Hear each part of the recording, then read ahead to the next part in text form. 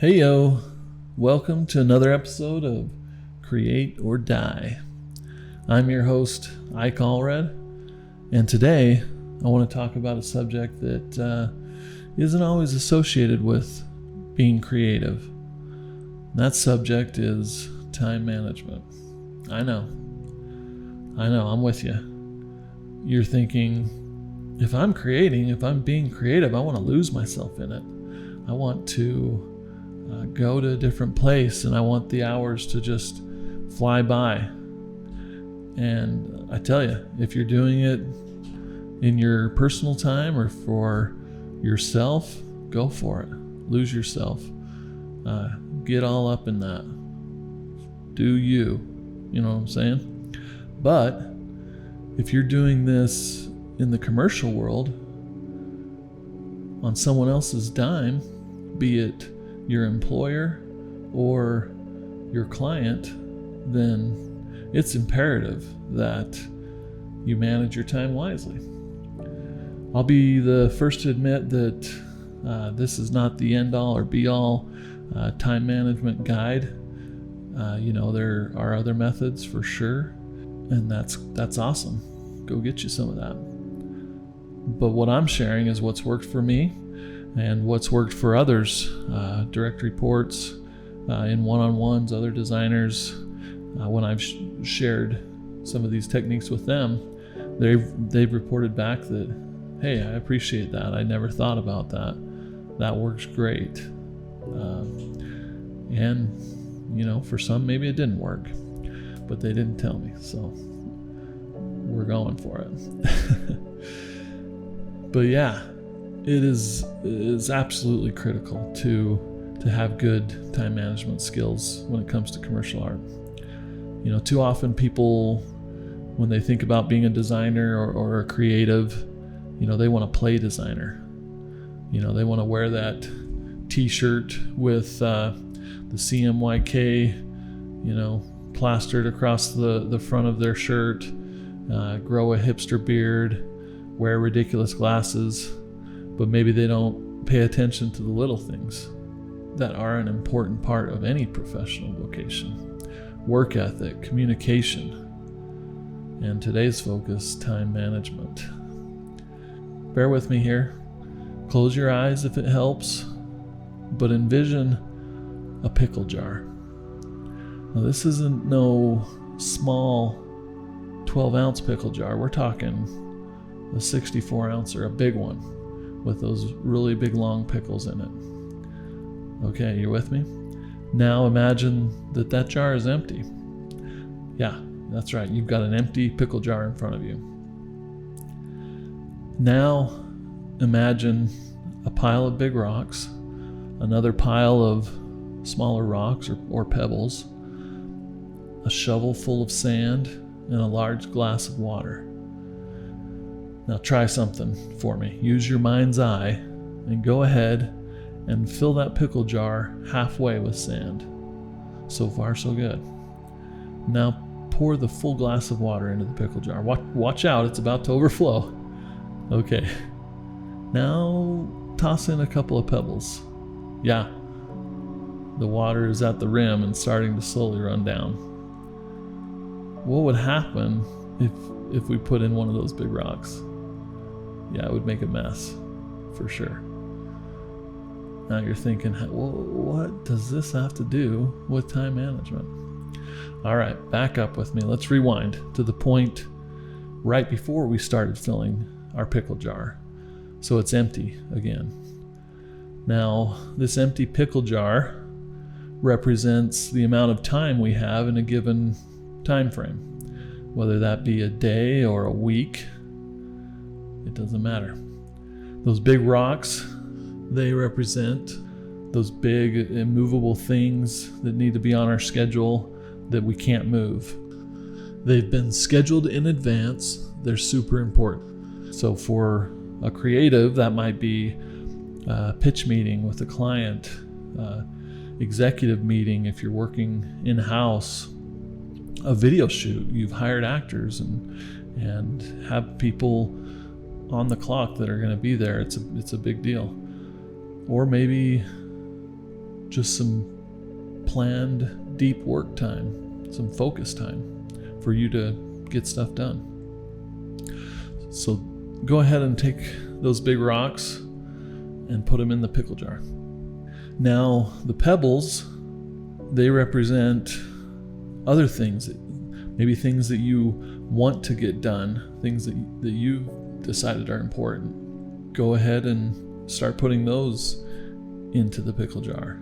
And as you'll see, they start to make their way around those larger rocks. Okay, we've got several of them in there now. Now, is the jar full? It looks full, right? Well, the sand, that's the next piece. The sand represents those things that just need to get done, that just happen, that are important but hard to plan. Phone calls, small urgent requests, impromptu training that arises, whatever it might be. So go ahead and take that shovel scoop of sand and start to pour that into your pickle jar and see how it works its way around the big rocks and the pebbles, and magically it all fits. Now the water, that's everything else. That's things that are not important, that just find a way into our lives, playing video games, watching TV, shooting the breeze around the water cooler at work, playing a quick game of ping pong. Those things just happen. But if we've put our big rocks in first, those important immovable things, and the pebbles and the sand, then we're ensuring that we don't have that problem we had in the beginning, where we filled up all of our time with the unimportant things, and then when something big came up that is immovable, we were unprepared and we made a mess of our schedule, of our day, of our week, whatever. So that's a little illustration of the pickle jar theory. Now, I didn't make this up. I came across it on the website alistapart.com back in 2005, and I looked it up again recently just to ensure I was somewhat on the right track here, but saw that article was actually written back in 2002. So it's over a decade old, and I don't think they came up with the idea either. It's just the resource that I discovered it on.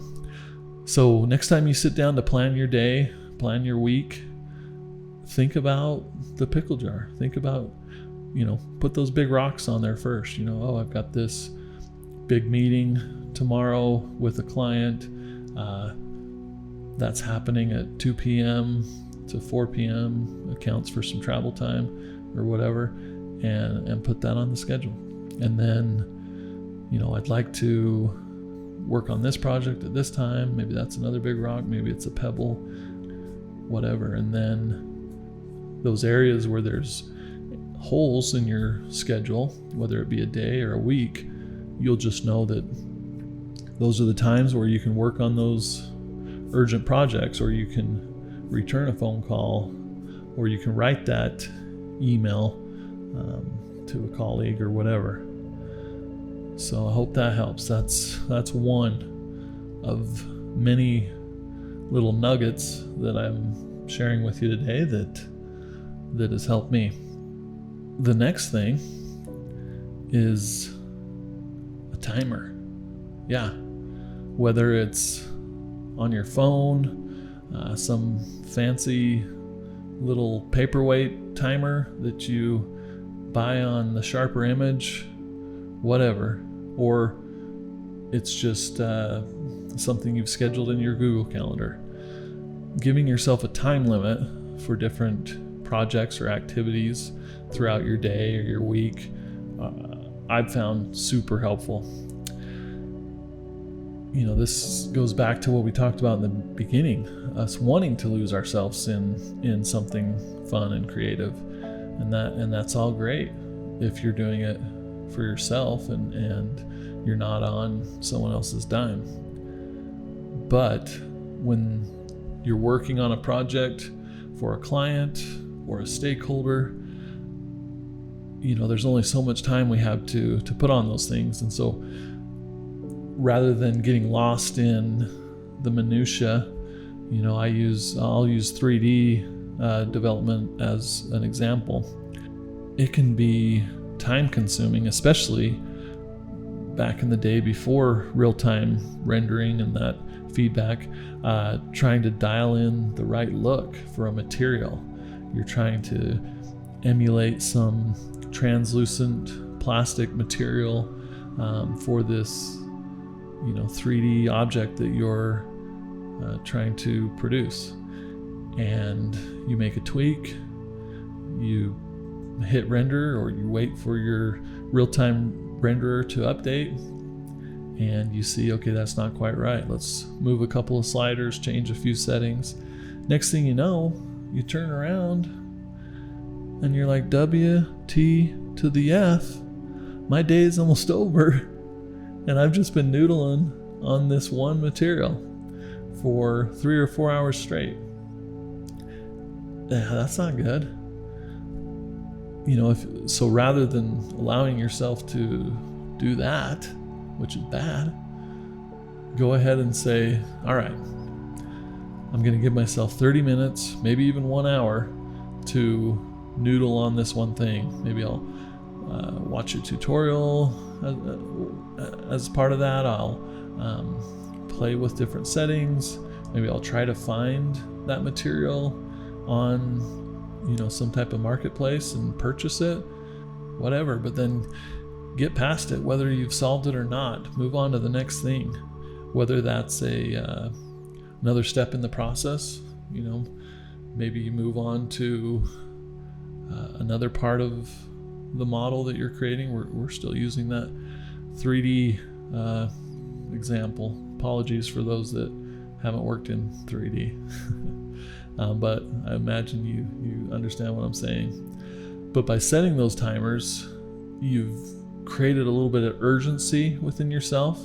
And for me, at least, and others I've talked to, when you have a little bit of that urgency and you've built parameters around what you're working on, a lot of the times you just will yourself, or the universe aligns, whatever it is, and you're able to do more with less and in less time.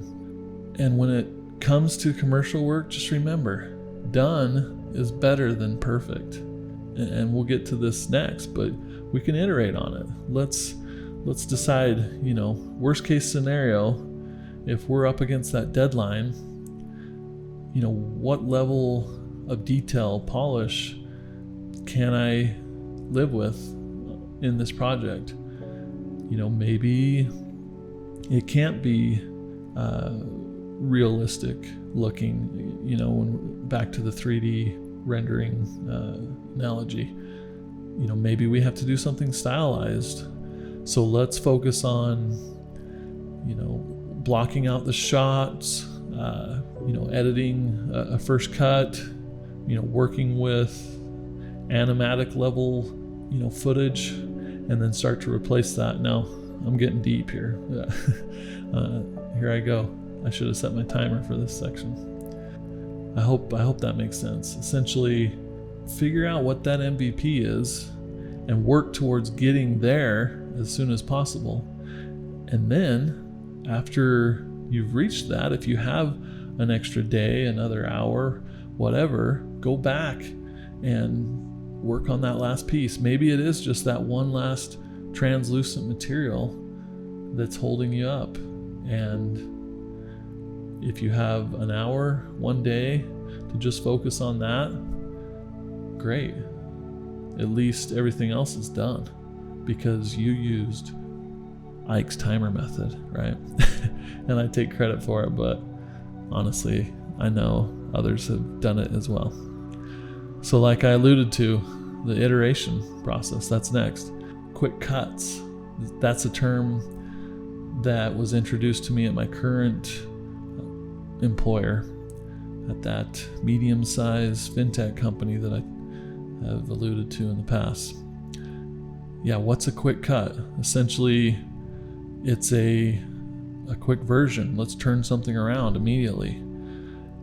And I didn't have a word for them prior to working here, but I've since realized that it is something that I've done in my previous life back in the agency world, consulting for clients, and it's super essential.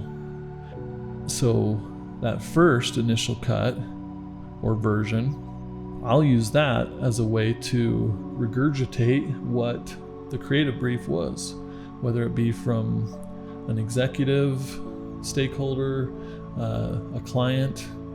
You're turning that quick wireframe around or whatever it is just to communicate to that client. We'll just use the word client going forward as to what you understand the asks are. And what I've found is, 9 times out of 10, they're like, great, yeah, you've got it, you've nailed it, perfect. That 10th time, they may say, oh, I forgot to mention this, you misinterpreted that, or now that I'm seeing it, you're right, you captured it, but now that I'm seeing it in front of me in this wireframe format or strawman version, I've decided, yeah, that doesn't work. So thank you so much for sharing this with me. So creating these quick cuts are awesome because when it comes to mitigating wasted time, this is one of those key pieces. In addition, it helps you spin multiple plates, multiple projects at once. You've done just enough to satisfy your customer, your client, for that initial deliverable. And while they're reviewing it, you can jump onto another project and turn around a quick cut for that and just go back and forth, revisiting those. Yeah, a couple of really awesome benefits that come out of that. Next up is everybody's favorite, project management tools. Now, I've used my fair share, certainly, whether it be Trello, Asana, Rike, Monday, etc. And they have their place, for sure, especially when it comes to working with multiple individuals on bigger projects across different companies even. But those projects only make up a part of a creative's workload. That's why for me, I like to employ a personal to-do list as well. So yeah, in addition to, that's right. So whether that's Microsoft To Do, which I happen to really like, even though I'm an Apple Mac guy, or reminders or pen and paper, whatever it is for you, that personal to-do list can really help to augment what's missing essentially from the project management tool alone. Because for me, with multiple projects in those big project management tools, it can become overwhelming, jumping from one project to another, digging into them, trying to read through what's been done throughout the comments and see what projects have been uploaded, and things are hidden from view to try to save space on the screen, and you're only seeing the most recent updates, whatever. It can be tricky. And then usually those tasks in the big project management tools have lots of different components to them, right? You can't just create that first cut and then hit complete on the project because you're not done. Now, before I get a million emails, I know there are probably better ways to use these tools that avoid some of these pain points that I'm bringing up here. But regardless, I still think there's a place for a personal to-do list. For one, it's a simple list. I like to order mine by day, and so at the top of my list, I've got the things that are do today, the things that I think I need to get done before I can go home. And as I'm going throughout my day, I keep referring to that list. And a lot of times they're duplicates a little bit of what's in that project management tool, because in the morning I might review what's on the list in Reich and then generate some quick to-do lists for that day in this personal to-do list tool. Another benefit, stay with me now, is because these are simple bite-sized to-dos, you can check them off. And guess what happens when you check things off? You get that little shot of dopamine and you're like, wow, that was fun. I want to do something else. I'm going to do more. Yeah, it's good. It's like a drug. Crossing things off the list. Jeez. In addition to project-related tasks that live in Reich or these other big project management tools, let's say a fellow team member asks if you can send them a vector version of the company logo as you're passing in the hall, or they shoot you a quick Slack. You know, you could be a Reich Nazi and say, hey, go put that request in Reich, which I've done from time to time, I'll admit. But you're going to build some better rapport because you know it's easy. You've always got that logo at the ready. You know, just put that on your to-do list.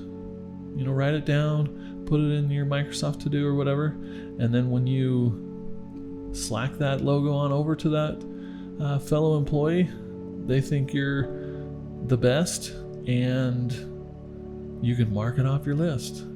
That's right, marking it off. Another scenario is your boss asks for a write-up on your direct reports. You're not gonna say, oh, I'd be happy to do that, boss, if you use that big clunky project management tool that I know you don't like to use and put it in there and let me make your job harder. There's a whole nother episode. It's how not to make your boss's job harder or your client's job harder, because yeah, that's not the recipe to success. But yeah, back to it. You put that on your list. He wants that list or that report. You put that on your list. All right. And then bonus, your peer who was asked to do the same thing, not that it's competition, but they're going to forget that stuff because they don't have a personal to-do list. They're just relying on their ability to juggle a million things in their mind, and then 2 days later when the boss asks again, they say, oh yeah, no, my bad, I got busy, I'll get that to you. But if you're one who's putting it on your list and turning it around, getting it done, I'm telling you, you're going to be indispensable. You're going to linchpin yourself right up in that company, and you're going to be a go-to. And that applies to anything, whether it's creative or widget maker or whatever. So to sum things up here, when you're planning your day or your week, use the pickle jar method. It's easy to remember. Empty pickle jar, rocks, pebbles, sand, water. Then, as you're working that plan, be sure to set yourself some self-imposed time limits, some timers, so that you're not losing yourself in daydreams about materials in Cinema 4D for years on end. And then you want to go ahead and employ those quick cuts. Remember that? Where you've been given a task, it's part of a project, whatever. You turn that junk around quick, send that to the CEO, whoever the requester is, the client. There I go again. I said I would just use the term client, and I'm throwing in the CEO. But I could tell you stories. And back to my current position, I came in initially, learned about these quick cuts. It was drilled into me by my boss that the way to the CEO's heart is these quick cuts. And I took that to heart. The CEO would ask for something, I'd make sure I captured notes in front of him. I committed right then and there. Okay, yeah, I'll turn this around in a couple hours, or I'll have it to you by the end of the day. It'll just be rough, but hopefully, it's enough to get your feedback on. And then, depending on when you get that back to me, I'll let you know when the next cut will come or whatever. And quickly, I don't want to brag, but I did build a bit of a reputation as being a CEO whisperer. I had that dialed. So, quick cuts. Protect yourself from dropping them balls. That is where the to-do list comes in. Protect yourself. CYA. Because, like that story about your peer that I shared earlier, who has to be asked 2 or 3 times, you don't, because you have your own personal to-do list. All right, if you're still with me, thank you so much. I know we got deep with this one. We kind of veered away from the creative and got up in the time management stuff. And halfway through, I lost interest myself. So if you're still with me, that's amazing. Gold star for sure. If you're enjoying this, if you think you know others who might enjoy this podcast, that is, the best thing you can do for Create or Die podcast is tell your friends. Tell your mom. Moms love me. I don't know what it is. They love me. Get them to listen to this stuff. And we'll build this whole community. And if you're like, sure, Ike, but do we really want to listen to just you all the time? I mean, just talking to yourself about stuff that you think you know something about? Well, if that's the case, if that's not your thing, you're in luck. Because coming up real quick, I've got some awesome creative guests coming up. They're going to share their insights on how they create. So start telling friends, get them subscribed, Spotify, iTunes, wherever. Because as much as I love talking to myself, and sometimes these cool guests, right, that'll be coming on, I'll be a lot happier when I know this is actually providing some value to a decent number of creators out there. So keep creating, my friends.